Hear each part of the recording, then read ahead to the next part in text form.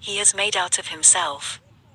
In the concentration camps, for example, in this living laboratory and on this testing ground, we watched and witnessed some of our comrades behave like swine while others behaved like saints.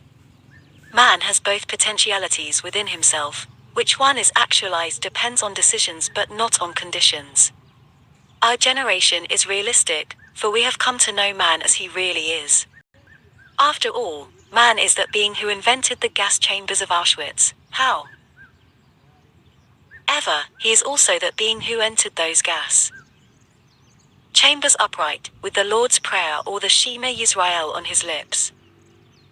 The case for a tragic optimism * dedicated to the memory of Edith Weisskopf Joel-son, whose pioneering efforts in logotherapy in the United States began as early as 1955 and whose contributions to the field have been invaluable. Let's first ask ourselves what should be understood by a tragic optimism. In brief, it means that one is, and remains, optimistic in spite of the tragic triad, as it is called in logotherapy, a triad which consists of those aspects of human existence which may be circumscribed by 1. Pain, 2. Guilt, and 3. Death. This chapter, in fact, raises the question, how is it possible to say yes to life in spite of all that? How, to pose the question differently, can life retain its potential meaning in spite of its tragic aspects? After all, saying yes to life in spite of everything, to use the phrase in which the title of a German book of mine is couched, presupposes that life is potentially meaningful under any conditions, even those which are most miserable.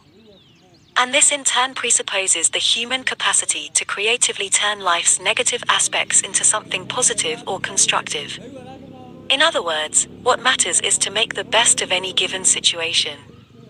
The best, however, is that which in Latin is called optimum, hence the reason I speak of a tragic optimism, that is, an optimism in the face of tragedy and in view of the human potential which at its best always allows for 1. Turning suffering into a human achievement and accomplishment, 2. Deriving from guilt the opportunity to change oneself for the better, and 3. Deriving from life's transistorizes an incentive to take responsible action.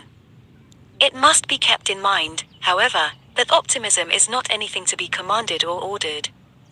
One cannot even force oneself to be optimistic indiscriminately. Against all odds, against all hope. And what is true for